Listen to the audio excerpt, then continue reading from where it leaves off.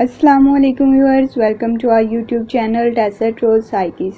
Myself Atia Ayub, and today we will discussing our fourth lecture that is about research methods used in developmental psychology.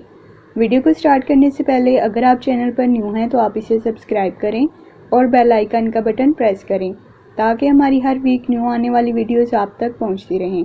तो आइए अब lecture को start करते हैं।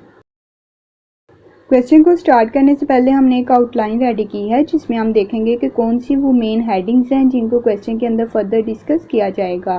तो in left hand side we discuss introduction, जिसमें हम सीखेंगे कि रिसर्च मेथड होता क्या है, इसका ऑब्जेक्टिव क्या है और ये क्यों कंडक्ट की जाती है। सेकंड पर हम सीखेंगे रिसर्च डिज़ाइन कि कौन सा डिज़ाइन लेंगे रिसर्च का। रिसर्च कंडक्ट करने से पहले एक प्री प्लान किया जाता है कि हमने किस तरह की रिसर्च लेनी है और उसको फिर बाद में कंडक्ट किया जाता है। देन हम डिस्कस करेंगे डाटा कलेक्शन के कौन से वो टूल्स हैं जो कि रिसर्च में डाटा कलेक्शन के वक्त हमारी हेल्प करते हैं। उसके बाद हम सीखेंगे प्रिंसिपल्स कि कौन से वो असूल या ज़ाब्ते हैं जो कि रिसर्च के लिए ज़रूरी होते हैं। उसके बाद हम गोल देखेंगे कि रिसर्च मेथड का गोल क्या है। In right hand side we discuss research methods. It includes 5 types of method. The first one is observation method, second is interviews method, the third one is case study method, second last is experimental method and the last is survey method. तो आइए अब इन headings को one by one discuss करते हैं। Now we discuss first heading of our outline, that is about introduction of research method. Research methods definition is a process of steps used to collect and analyze information to increase our understanding of a topic or issue. जिसमें हम देखते हैं कि research में हमने एक outline ready की होती है, एक क्वेश्चन बनाया होता है या फिर एक स्टेटमेंट रेडी की होती है, फिर हमने रिजल्ट्स में उसके आंसर देखना होता है कि जो टॉपिक स्टार्ट करने से पहले हमने लिया था उसके रिजल्ट्स जो हैं वो एक्सेप्ट हुए हैं या फिर रिजेक्ट हुए हैं। तो एक सिस्टमेटिक और ऑर्गेनाइज्ड वे के मुताबिक अगर हम किसी क्वेश्चन का आंसर फाइंड करते हैं तो वो रिसर्च कहलाती है। अब हम देखते हैं इसका ऑब्जेक्टिव कि इसका मेन पर्पस या फिर इसका एम क्या है। तो a clear concise declarative statement which provide to direction investigate the variables. For example smoking leads to cancer. मिसाल के तौर पर हमने एक स्टेटमेंट रेडी की है कि स्मोकिंग लीड्स टू कैंसर। जो इंसान स्मोकिंग करते हैं वो उनको कैंसर की तरफ ले जाती है, या फिर कैंसर जिन लोगों को होता है वो स्मोकिंग की वजह से होता है। तो ये एक हमारी स्टेटमेंट है। अब हम जब इस पर एक सिस्टमेटिक वे के मुताबिक तहकीक करेंगे, हम इस पर रिसर्च करेंगे और अपने रिज़ल्ट्स को फाइंड आउट करेंगे तो वो हमारी एक रिसर्च कहलाएगी। और अगर हमारे जो रिसर्च के नताइज हैं वो एक्सेप्ट होंगे तो हमारी इसका मतलब कि रिसर्च का जो टॉपिक था वो ठीक बना था और इसके रिज़ल्ट्स जो हैं उसको हम पॉपुलेशन पर जनरलाइज कर सकते हैं। तो अगर हमारी रिसर्च जो है वो एक्सेप्ट नहीं हुई, उसके नताइज जो हैं वो हमारी स्टेटमेंट के मुताबिक नहीं आए, तो इसका मतलब कि हमारी रिसर्च जो है वो उसके नताइज रिजेक्ट हो गए हैं। इसके नताइज को अब हम जनरलाइज नहीं कर सकते पॉपुलेशन के ऊपर, क्योंकि हर रिसर्च जो है वो ज़रूरी नहीं होता कि एक्सेप्ट ही हो। बहुत सी रिसर्चेज ऐसी होती हैं जो कि रिजेक्ट भी हो जाती हैं, उनके नताइज जो होते हैं वो हमारी स्टेटमेंट के अकॉर्डिंग नहीं आते। अब हम देखते हैं कि वाई कंडक्ट रिसर्च, कि रिसर्च को कंडक्ट क्यों किया जाता है। तो research expends your knowledge base, ये हमारी नॉलेज बेस पर मुनहसर होता है कि हम रिसर्च कंडक्ट कर सकते हैं या नहीं। Research gives you a latest information, कि ये हमें नई नई मालूमात देती है। प्रॉब्लम सॉल्विंग, यानी कि ये हमारी मिसाइल के हल के लिए होती है रिसर्च।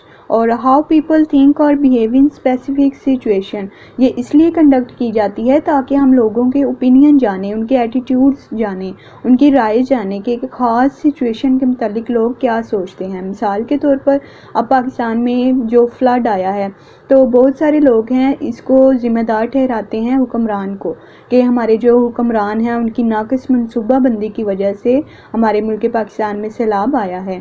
तो कुछ लोग जो हैं वो कहते हैं कि नहीं, ये उनकी नाक़िस मनसूबाबंदी का नतीजा नहीं है बल्कि ये अल्लाह ताला की तरफ से एक अज़ाब आया है। हमारे मुल्क पर या हमारे मुल्क के अवाम के ऊपर। तो बहुत से लोग हैं, उनकी अपनी अपनी राय होती है, अपने अपने ओपिनियन होते हैं। तो वो एक ख़ास सिचुएशन के मुतल्लिक जब हम लोगों की राय जानते हैं, उनके एटीट्यूड्स को जानते हैं, तो उसको फिर एक्सप्लेन या फिर डिस्क्राइब करते हैं रिजल्ट्स की सूरत में, तो वो फिर रिसर्च कहलाती है। Now we discuss second heading of our outline, that is about research design। Research design को खाका, नक्शा या फिर रोड मैप भी कहा जाता है, जिसमें हमने एक ख़ास तरतीब बयान की होती है कि अपनी रिसर्च का स्टार्ट कैसे करना है और उसका एंड कहाँ पे करना है। स्टार्टिंग और एंडिंग पॉइंट को हम डिस्कस करते हैं, यानी कि सबसे पहले हम प्रॉब्लम को आइडेंटिफाई करते हैं कि रिसर्च किस पर करनी है, फिर डाटा कलेक्शन लेते हैं, उसके बाद रिज़ल्ट्स फाइंड करते हैं और फिर उसके बाद लास्ट पर हम रिज़ल्ट्स को जनरलाइज करते हैं। तो ये एक जो ख़ास तरतीब है, सिस्टमेटिक वे है किसी प्रॉब्लम को स्टडी करने का, वो रिसर्च डिज़ाइन कहलाता है। इसमें कुछ टाइप्स हम डिस्कस करेंगे। फर्स्ट है एक्सप्लोरेटरी रिसर्च डिज़ाइन। इसमें फोकस किया जाता है वाई पर, कि क्यों करने लगे हैं। It carried out when a topic needs to be understood in depth, कि जब किसी टॉपिक का गहराई में जाकर मुतालिया किया जाता है तो उसे फिर एक्सप्लोरेटरी रिसर्च डिज़ाइन कहा जाता है। सेकेंड हम डिस्कस करेंगे डिस्क्रिप्टिव रिसर्च डिज़ाइन। इसमें फोकस किया जाता है वेयर, व्हेन एंड हाउ पर, कि क्यों, कैसे और कब ये प्रॉब्लम हुई थी, और फिर उसका रिजल्ट जो है वो फाइंड किया जाता है। देन हम डिस्कस करते हैं एक्सपेरिमेंटल रिसर्च डिज़ाइन, जिसमें देखा जाता है कि a study that strictly adheres to a scientific research design, कि ये बाकायदा तजर्बागाह में सब्जेक्ट्स को लेकर तो फिर स्टडी किया जाता है और फिर रिजल्ट्स फाइंड किए जाते हैं। Now we discuss third heading of our outline, that is about data collection techniques. It includes interviews, questionnaires, surveys, observation, documents and records, focuses group oral histories, statistical methods, data collection and analysis। ये वो tools या वो techniques हैं जो कि data collection के वक्त हमारी हेल्प करती हैं, और ये हमारी हेल्प करती हैं ताकि हम अच्छा और कॉन्साइज रिज़ल्ट जो हैं वो दे सकें। Now we discuss fourth heading of our outline, that is about principles for research methods, कि रिसर्च मेथड के असूल क्या हैं। इसमें देखेंगे हम कि डिस्कस फ्रैंकली, यानी कि रिसर्चर को चाहिए कि वो अपने सब्जेक्ट्स को या फिर अपने पार्टिसिपेंट्स को फ्रैंकली बता दे कि ये हमारा टॉपिक है और इस पर हम रिसर्च कंडक्ट करना चाहते हैं। अगर आपकी मर्ज़ी है तो आप हमारे पार्टिसिपेंट बन जाएं, अगर नहीं है तो ना बने। बी कॉन्शियस, यानी कि उसको मल्टीपल रोल्स प्ले करना पड़ते हैं, उसको हर टाइम कॉन्शियस रहना पड़ता है ताकि किसी भी किस्म का कोई बुरा इफ़ेक्ट उसकी रिसर्च पर ना पड़े, ताकि रिज़ल्ट्स जो हैं वो अच्छे आएँ। रिस्पेक्ट कॉन्फिडेंशियलिटी एंड प्राइवेसी, यानी कि रिसर्चर को चाहिए कि जो वो मालूमात लेता है लोगों से, उसकी प्राइवेसी रखनी चाहिए उसे, कि लोगों के राज जो हैं वो अपने सीने में उसको दफन रखने चाहिए, उसको किसी और के सामने बयान नहीं करना चाहिए। फिर हम डिस्कस करते हैं पोटेंशियल फॉर हार्म, के रिसर्चर को चाहिए कि अपने पार्टिसिपेंट को प्रोटेक्ट करे, उन्हें किसी किस्म का जानी और माली नुकसान होने से बचाए। विलिंगनेस, यानी कि उसे चाहिए कि जो पार्टिसिपेंट उसकी रिसर्च में शामिल हैं उनको राज़ी ना करे ज़बरदस्ती, बल्कि वो खुद राज़ी हों तो उसकी रिसर्च में शामिल हों। फिर है जस्टिस, कि उसे चाहिए हर एक पार्टिसिपेंट के साथ इंसाफ से चले, सबके साथ इक्वल रूल्स जो हैं वो लेकर चले उनके साथ। तो ट्रुथ टेलिंग, यानी कि उनको सच्ची और हकीकत जो है वो बताए, किसी किस्म का उनसे पर्दा ना रखे रिसर्च में। फिर है respect participants right and dignity, यानी कि जो पार्टिसिपेंट उसकी रिसर्च में शामिल हैं उनकी रिस्पेक्ट करे, उनको राइट दे, और उसके बाद है सेफ गार्ड, यानी कि उनकी हिफाजत का ज़िम्मा भी खुद ले। Now we discuss fifth heading of our outline, that is about goal of research method, जिसमें हम देखेंगे कि रिसर्चर ट्राई करता है यानी कि अंडरस्टैंड करने की why, when and how events occur, क्यों, कब और कैसे वाक़यात रूनमा होते हैं। तो फर्स्ट गोल है रिसर्चर का डिस्क्राइबिंग बिहेवियर, वो बिहेवियर को डिस्क्राइब करता है। व्हाट आर दे डूइंग, कि लोग क्या कर रहे हैं। एक्सप्लेनिंग बिहेवियर, बिहेवियर को एक्सप्लेन करता है। Why are they doing that, क्यों कर रहे हैं लोग ऐसे। प्रिडिक्ट द बिहेवियर, बिहेवियर के बारे में लोगों की पेशीन गोई करता है कि what would happen if act this way, कि लोग अगर इस तरह करेंगे तो फिर क्या होगा। चेंजिंग बिहेवियर, लोगों के बिहेवियर को चेंज करता है, नेगेटिव बिहेवियर को पॉजिटिव बिहेवियर में चेंज कर देता है। What can I do get them to stop doing that, कोशिश करता है लोगों को रोकने की और उनके बिहेवियर को चेंज करने की। Now we discuss observation method. The act of noticing something is called observation. Systematically record the behavior of a person or a group is called observation method. यानी कि जब भी हम किसी चीज़ का गहराई में जाकर उसका मुतालिया करते हैं तो उसे मुशाहदा कहा जाता है। तो मिसाल के तौर पर the chef watching his roast in the oven as its cooks, यानी कि जब शेफ़ अवन में कोई चीज़ कुक करने के लिए रखता है तो बाहर खड़े होकर उसका मुशाहदा करता है कि ये चीज़ कितनी पक चुकी है, कितना इसको अभी टाइम कंज्यूमिंग है, और तो ये सारा ऑब्जर्वेशन मेथड कहलाता है। या फिर watching an apple fall from a tree, के दरख्त से कि एप्पल जो है वो किस तरह गिरा है, ये भी एक ऑब्जर्वेशन मेथड कहलाता है। अब हम डिस्कस करेंगे इसकी टाइप्स। इसकी दो तरह की टाइप्स हैं, नेचुरलिस्टिक ऑब्जर्वेशन मेथड और दूसरा है controlled observation method. Naturalistic observation में बिहेवियर को रिकॉर्ड किया जाता है इन रियल वर्ल्ड, यानी कि हकीकी दुनिया में अगर हम किसी का बिहेवियर रिकॉर्ड करते हैं तो वो नेचुरलिस्टिक ऑब्जर्वेशन कहलाती है। इसमें फर्दर दो टाइप्स हैं, participant observation and non participant observation. Participant observation में डायरेक्ट जो रिसर्चर है वो किसी ग्रुप का हिस्सा बन जाता है और फिर उसके बिहेवियर को ऑब्जर्व करता है। मिसाल के तौर पर किसी बैगर्स के बारे में अगर हमने मालूमात इकट्ठी करनी हो कि वो भीख क्यों मांगता है, तो उसमें रिसर्चर उस ग्रुप का हिस्सा बन जाएगा या फिर उस ग्रुप को ज्वाइन कर लेगा, उस कम्युनिटी को ज्वाइन कर लेगा, उसके जैसा बेस अपना लेगा और फिर नोटिस करेगा कि ये भीख क्यों मांगते हैं, इसके पीछे वजूहात क्या हैं, ये क्या ये पेशा वराना बैगर्स हैं या फिर कोई मजबूरी है इनकी जो ये बैगिंग करते हैं। तो ये सारा मेथड जो है वो फिर पार्टिसिपेंट ऑब्जर्वेशन कहलाता है। नॉन पार्टिसिपेंट ऑब्जर्वेशन में रिसर्चर डज नॉट पार्टिसिपेट, बल्कि वो दूर खड़े होकर दूर से रिकॉर्डिंग करता है या फिर वीडियो रिकॉर्डिंग के ज़रिए, ऑडियो रिकॉर्डिंग के ज़रिए किसी के बिहेवियर को अगर ऑब्जर्व करता है तो वो फिर नॉन पार्टिसिपेंट ऑब्जर्वेशन कहलाती है। नॉन पार्टिसिपेंट ऑब्जर्वेशन में जो रिसर्चर है वो किसी ग्रुप का हिस्सा नहीं बनता, बल्कि दूर से खड़े होकर उसका मुशाहदा करता रहता है, तो फिर ऑब्जर्व करता है मुशाहदे उसके तरीके को। फिर है controlled observation method. Control observation में रिसर्चर जो है वो एक सिस्टमेटिक कंडीशन पहले अपनाता है, उसके बाद चीज़ों को ऑब्जर्व करता है।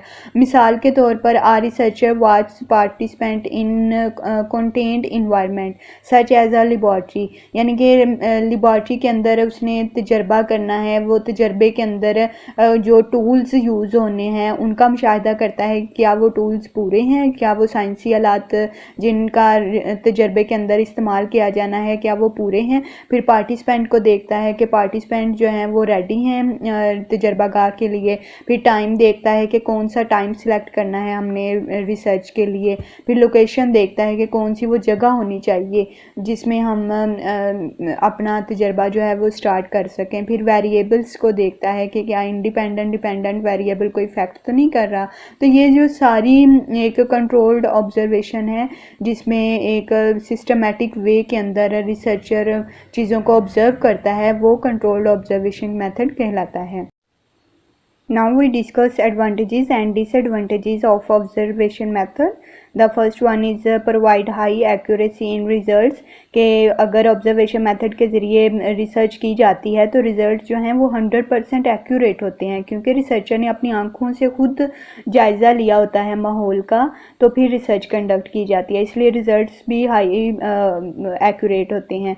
फिर है लेस टाइम कंज्यूमिंग, इसमें इतना ज़्यादा टाइम नहीं लगता है, बल्कि बहुत ही शॉर्ट पीरियड ऑफ टाइम में ऑब्जर्वेशन हमारी मुकम्मल हो जाती है। फिर है लॉन्गिट्यूडनल इन स्कोप, के ये स्कोप के हिसाब से लॉन्गिट्यूडनल है।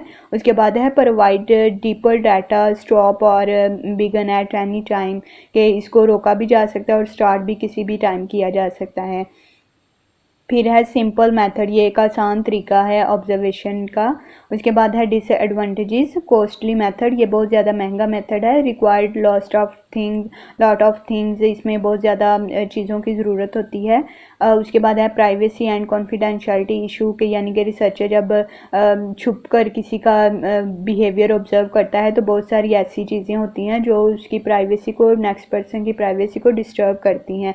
उसमें राज जो हैं बहुत ज़्यादा उसको मुहक्क़ को पता चल जाते हैं, जो कि उसकी रिसर्च के मुताबिक नहीं होते, इररेलेवेंट होते हैं।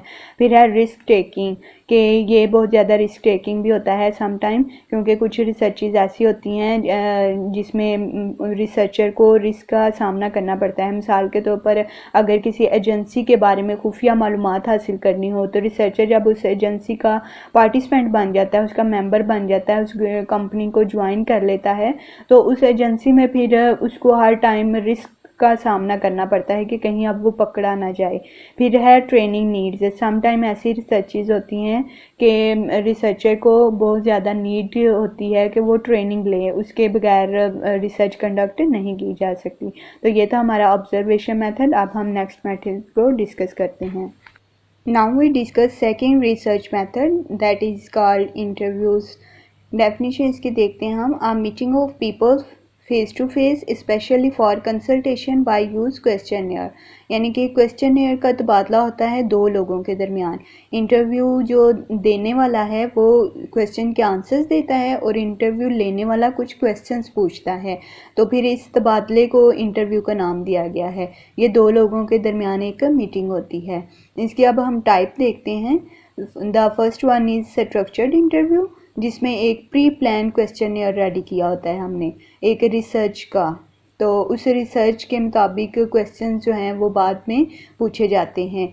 तो second is non structured interview, जिसमें कोई बाज़ाब्ता क्वेश्चन तैयार नहीं किया होता, बल्कि जब क्वेश्चंस पूछे जाते हैं तो वो फिर बात से बात निकलती जाती है और सवालात के जवाबात हमें मिलते जाते हैं, उसको नोट किया जाता है।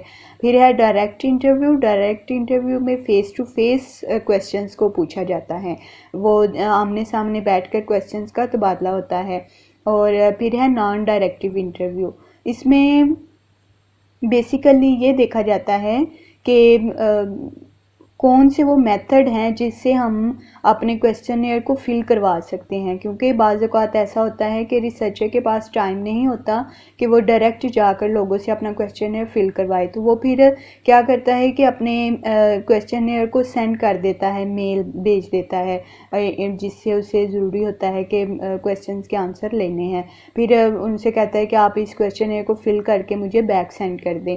वो फिर इस तरह अपने क्वेश्चनियर को फिल करवा के तो अपनी रिसर्च को मुकम्मल करता है। फिर सम टाइम ऐसा होता है कि वो फ़ोन कॉल पे अपने क्वेश्चंस के आंसर ले लेता है, कि जिससे क्वेश्चंस के आंसर पूछने होते हैं उसे फ़ोन कॉल करता है और कहता है कि मैं आपसे क्वेश्चन पूछता जाता हूँ तो आप मुझे इसके आंसर्स देते जाएं। वो फिर उस आंसर को घर बैठे ही या फिर ऑफिस वर्क में जहाँ पे भी हों, वो फिर उस क्वेश्चन को फिल करके उसके आंसर्स को नोट कर लेते हैं और फिर अपनी रिसर्च को मुकम्मल करते हैं। Now we discuss merits and demerits of interview method. First of all we discuss merits, कि इसकी खूबियाँ क्या हैं। डीप एंड फ्री रिस्पांस, यानी कि गहराई में जाकर इसके फ्री रिस्पांस हमें मिल जाते हैं, क्योंकि कुछ लोग होते हैं कि वो उनको बहुत खुशी होती है कि हमसे कोई क्वेश्चन है फिल करवाने के लिए आए, तो वो फिर खुशी खुशी लोग अपना रिस्पांस दे देते हैं।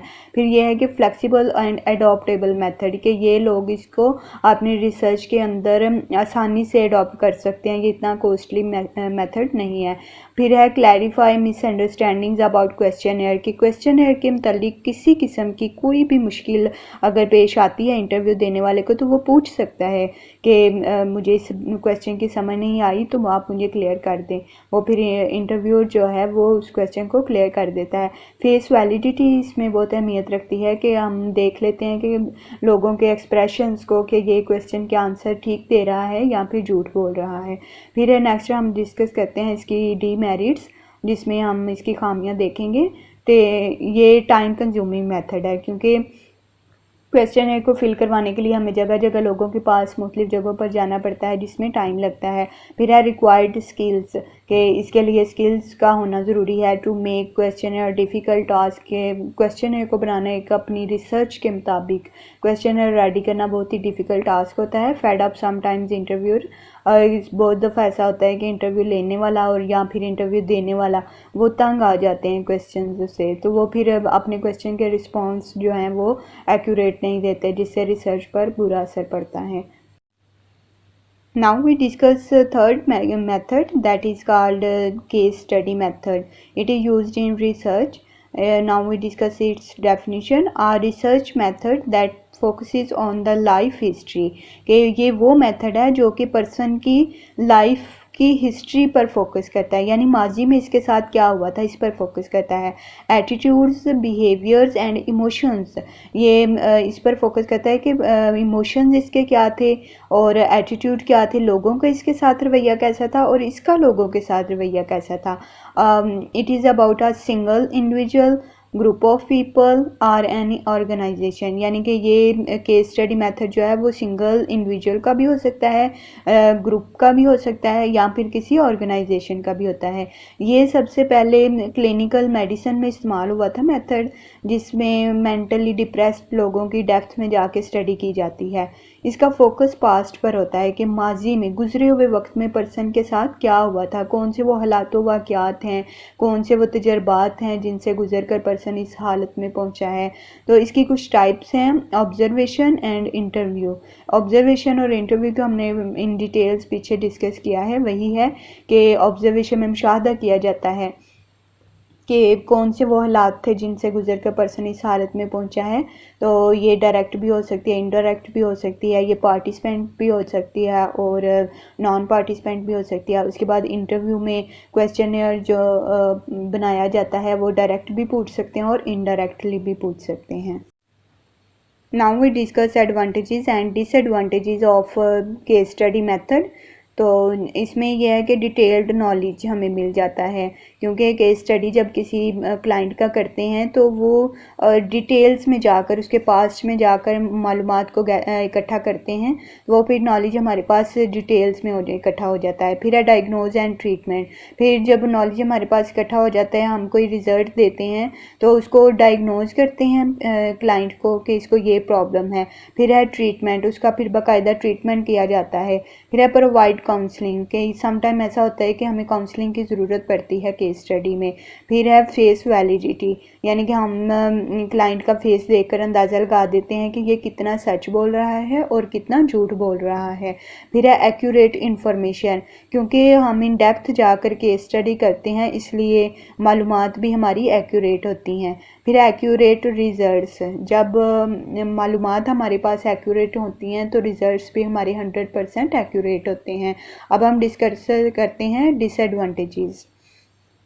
इसमें हम देखेंगे कि ये एक एक्सपेंसिव मेथड है, क्योंकि जब किसी की लाइफ हिस्ट्री को स्टडी किया जाता है तो वो फिर उस पर्सन की सिर्फ नहीं किया जाता बल्कि उसके बारे में मालूमात उसके नेबर्स से, उसके बहन भाइयों से, फैमिली मेम्बर्स से, उसके टीचर से, समटाइम उसके फ्रेंड्स से भी लेनी पड़ती है कि क्या वजूहत हैं, किस तरह का क्लाइंट था हमारा। तो वो फिर ये एक एक्सपेंसिव मेथड हो जाता है। उसके बाद है रिक्वायर्ड ट्रेंड प्रोफेशनल्स, यानी कि इसके लिए एक प्रोफेशनल का ट्रेंड होना बहुत ज़्यादा ज़रूरी है, हर कोई केस स्टडी नहीं कर सकता। उसके बाद है लैक ऑफ जनरलाइजेशन, कि जो रिज़ल्ट आते हैं उसको हम जनरलाइज नहीं कर सकते दूसरी पॉपुलेशन पर। ये सिंगल इंडिविजुअल का रिज़ल्ट होता है और उसी पर सिर्फ जनरलाइज होता है, क्योंकि हर एक पर्सन के हालात वाक़यात, तजर्बात, मुशाहिदात, रवैये और लाइफ हिस्ट्री मुख्तलिफ होती है, उसके इमोशंस मुख्तलिफ होते हैं। तो इसको इसलिए एक पर्सन के रिज़ल्ट्स को दूसरे पर जनरलाइज नहीं करते। फिर यह है कि लॉन्ग टर्म मेथड है, ये एक लंबा सा प्रोसेस हो जाता है जिसमें टाइम कंज्यूमिंग होती है। It's time to discuss the fourth research method, that is called experimental method. It's a research method that is conducted with the scientific approach using two sets of variables. यानी कि इसमें दो set होते हैं variables के, एक independent होता है और दूसरा डिपेंडेंट होता है। इसमें काज एंड इफ़ेक्ट रिलेशन को देखा जाता है। काज को हम सेट ए का नाम देते हैं और इफ़ेक्ट को हम सेट बी का नाम देते हैं। तो इसमें देखा जाता है कि किसी एक वेरिएबल को अगर चेंज कर दिया जाए तो उसकी वजह से दूसरे वेरिएबल में क्या क्या चेंजेस आते हैं, इसको स्टडी करना एक्सपेरिमेंटल मेथड कहते हैं। Now we discussing stages of experimental method.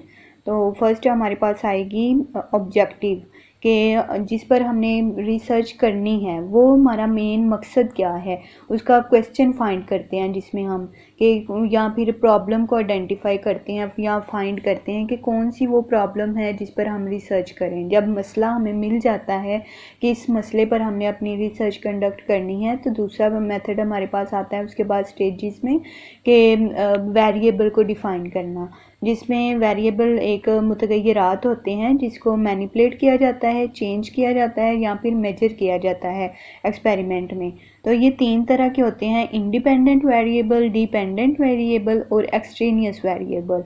Independent variable का ताल्लुक होता है मैनिपुलेशन के साथ, यानी कि इसको मैनिपुलेट करता है एक्सपेरिमेंटर अपनी रिसर्च के अंदर, और डिपेंडेंट वेरिएबल का ताल्लुक होता है मेजरमेंट के साथ, जिसमें एक्सपेरिमेंटल मेथड के अंदर डिपेंडेंट वेरिएबल को मेजर किया जाता है। मिसाल के तौर पर sleep deprivation on a test performance, sleep deprivation would be independent variable, यानी कि अगर देखा जाए कि नींद का पूरा ना होना हमारी टेस्ट की कारकर्दगी को मुतासर करता है, तो इसमें नींद का पूरा ना होना हमारे पास इंडिपेंडेंट वेरिएबल है कि इसको मैनिपुलेट किया जा सकता है। और दूसरा जो हमारे पास टेस्ट परफॉर्मेंस है वो हमारे पास मेजर है, इसको हम डिपेंडेंट वेरिएबल कहते हैं। यानी कि दो ग्रुप ऐसे लेंगे हम, फिर एक की नींद पूरी हुई होगी, टेस्ट उसका लेंगे हम, और दूसरे की नींद पूरी नहीं होगी और उसका टेस्ट लेंगे। फिर दोनों के जो रिज़ल्ट्स आएंगे उसको हम एनालिसिस करेंगे कि क्या वाकई ये सच था कि टेस्ट के ऊपर असरअंदाज होती है नींद का पूरा होना या नींद का पूरा ना होना। तो ये जो रिज़ल्ट्स हैं वो फिर हमारे वेरिएबल्स को डिफ़ाइन करते हैं। और तीसरी किस्म के हमारे पास आते हैं वेरिएबल एक्सट्रेनियस वेरिएबल्स, जो कि हमारी रिसर्च का हिस्सा नहीं होते, लेकिन समटाइम्स ऐसा होता है कि वो हमारी रिसर्च को असरअंदाज कर देते हैं, उस पर मुतासर होते हैं। मिसाल के तौर पर नॉइस, यानी कि रिसर्च जहाँ पे कंडक्ट की जा रही है अगर वहाँ पे पुरसकून माहौल नहीं होगा, शोर आएगा वहाँ पर बाहर से, तो फिर रिसर्च पर असरअंदाज होंगे नताइज। उसके बाद है टेम्परेचर, कि अगर सर्दी का मौसम है वहाँ पर हीटर नहीं है, या फिर अगर गर्मी का मौसम है वहाँ पर लैब में हमारे पास फैंस नहीं है, तो फिर ये गर्मी और सर्दी का जो माहौल है, टेम्परेचर का ठीक ना होना, मुनासिब ना होना, ये भी हमारी रिसर्च को मुतासर करते हैं। उसके बाद है लाइट, अगर बहुत अच्छी वेल लाइटेड लैब हमारे पास मौजूद नहीं होगी तो फिर रिजल्ट्स जो हैं वो एक्यूरेट नहीं आएंगे। उसके बाद है हमारे पास टाइम ऑफ डे, कि अगर दिन के टाइम में रिसर्च कंडक्ट की जाए या फिर रात के टाइम में तो फिर भी फ़र्क आ जाता है रिज़ल्ट्स में। तो ये वो एक्सट्रेनियस वेरिएबल थे जो हमारी रिसर्च को मुतासिर करते हैं। उसके बाद है हमारे पास हाइपोथेसिस। तीसरे नंबर पर हम हाइपोथेसिस को रेडी करते हैं। ये एक टेंटेटिव सोल्यूशन होता है हमारी प्रॉब्लम का, जिसमें एक हम मफरूज़ा बना लेते हैं कि अगर ऐसे नहीं होगा तो फिर क्या होगा। तो मिसाल के तौर पर if someone Yeats a lot of sugar they will develop cavities in their teeth, कि अगर बहुत ज़्यादा कोई शुगर का इस्तेमाल करता है तो वो उसके दांतों के अंदर कैविटीज़ आ जाती हैं बहुत ज़्यादा। तो ये हाइपोथेसिस होता है जिसका एक मसले का हल जो है हमें रिज़ल्ट में मिलता है।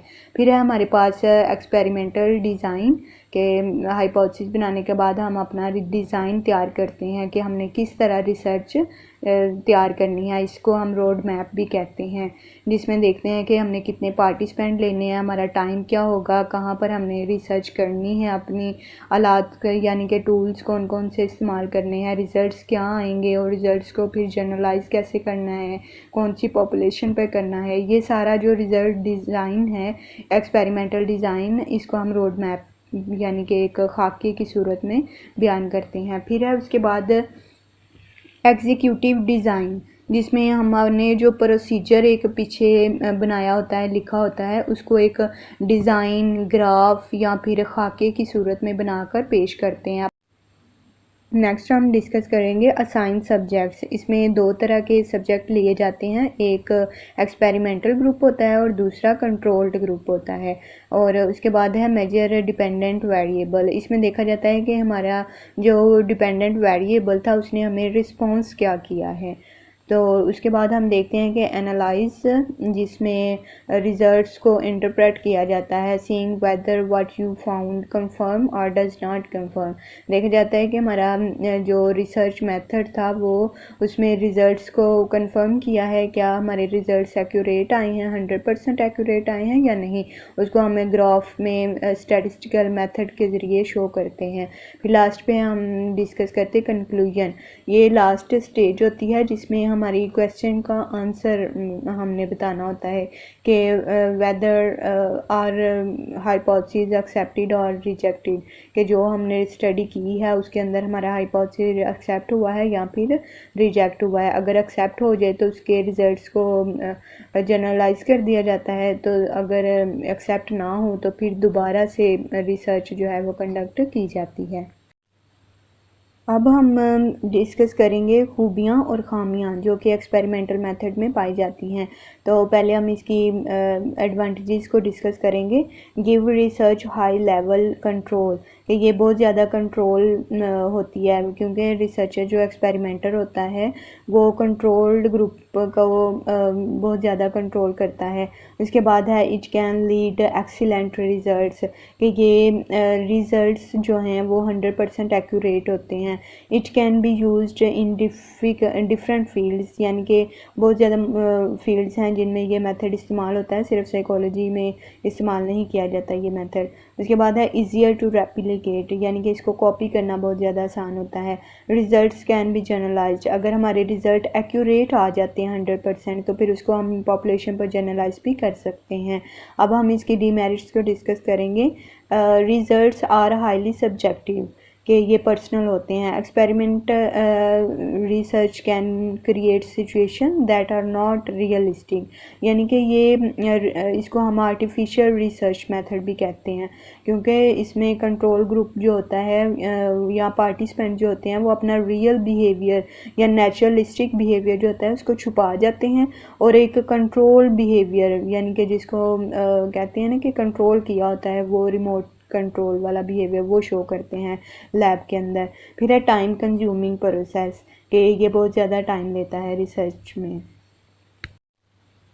Now we discuss last research method that is called survey method. A research technique in which information gathered from a sample of people, यानी कि वो तरीक़ाकार जिसमें एक सैम्पल से लोगों के बारे में या फिर किसी ख़ास ब्रांड के बारे में मालूमात ली जाती है। यूज़ अ क्वेश्चनर, यानी कि क्वेश्चनर का इस्तेमाल करके। मिसाल के तौर पर प्रोडक्ट फीडबैक, ब्रांड अवेयरनेस, यानी कि लोगों से जानना, उनकी राय, उनके एटीट्यूड्स, उनके ओपिनियन के बारे में जानना, जो है वो सर्वे मेथड कहलाता है।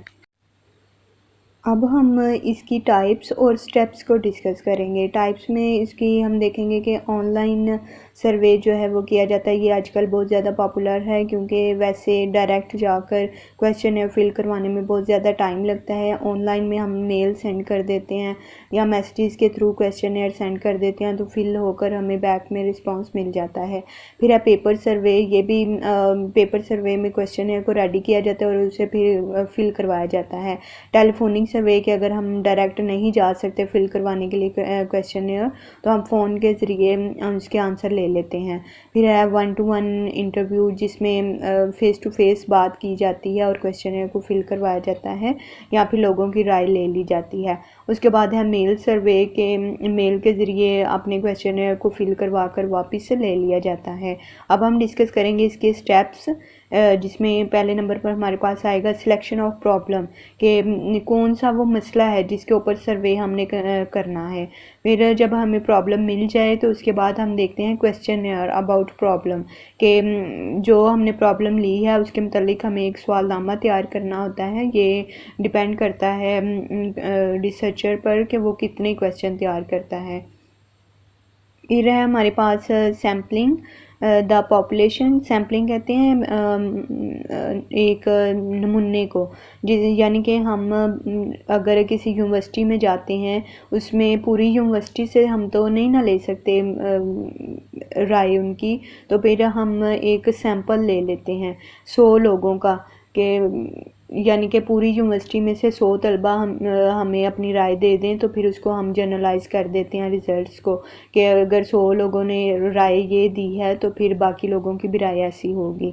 तो उसके बाद है हमारे पास प्रोसीजर, के सैंपल के बाद हम प्रोसीजर देखते हैं कि ख़ास तरतीब बनाई होती है कि किस तरीक़ेकार के मुताबिक हमने अपना सर्वे को कंडक्ट करना है। उसके बाद है एनालाइज, यानी कि इसमें हम देखते हैं कि रिज़ल्ट्स हमारे क्या आए हैं उसको हम इंटरप्रेट करते हैं ग्राफ की सूरत में। फिर है हमारे पास रिज़ल्ट्स या फिर कंक्लूजन, यानी कि हम देते हैं कि हमारा जो सर्वे है उसके बारे में लोगों की ख़ास राय थी, तो क्या हमारा हाइपोथेसिस था वो एक्सेप्ट हुआ है या फिर रिजेक्ट हुआ है। हम इसके रिजल्ट्स को जनरलाइज करते हैं। Now we discuss advantages and disadvantages of survey method. Advantages are easy to administer, can be developed in less time, can be administered via email, online या टेलीफोन के ज़रिए भी कंडक्ट किया जा सकता है क्वेश्चनियर को। उसके बाद है हाई रिस्पांस रेट्स और लो कॉस्ट। अब हम डिस्कस करते हैं इसके डिसएडवांटेजेस, कि ये टाइम कंज्यूमिंग मेथड है, फेस रिस्पांस डिफ़िकल्टी, यानी कि लोगों के जवाब जल्दी नहीं आते, और वैलिडिटी इशू को बहुत ज़्यादा सामना करना पड़ता है इस मेथड में, क्योंकि हमें मालूम नहीं होता कि लोगों ने जो मालूमात या हमें राय दी है, अपनी जो ओपिनियन उन्होंने दिया है वो एक्यूरेट था या नहीं था। और बाज़ दफ़ा ऐसा भी होता है कि क्वेश्चनियर में कुछ सवालात पर्सनल होते हैं और लोग उनका जवाब देना पसंद नहीं करते और उसको खाली छोड़ देते हैं, फिर उसकी वजह से रिज़ल्ट्स भी जो हैं वो एक्यूरेट नहीं आते। तो ये था हमारा आज का lecture. I hope so you can understand it easily, but if you really face any type of difficulty then you can ask me in comment section. I will try my best to guide you. Thanks for watching. मिलते हैं एक नई video के साथ, तब तक के लिए अल्लाह हाफिज़।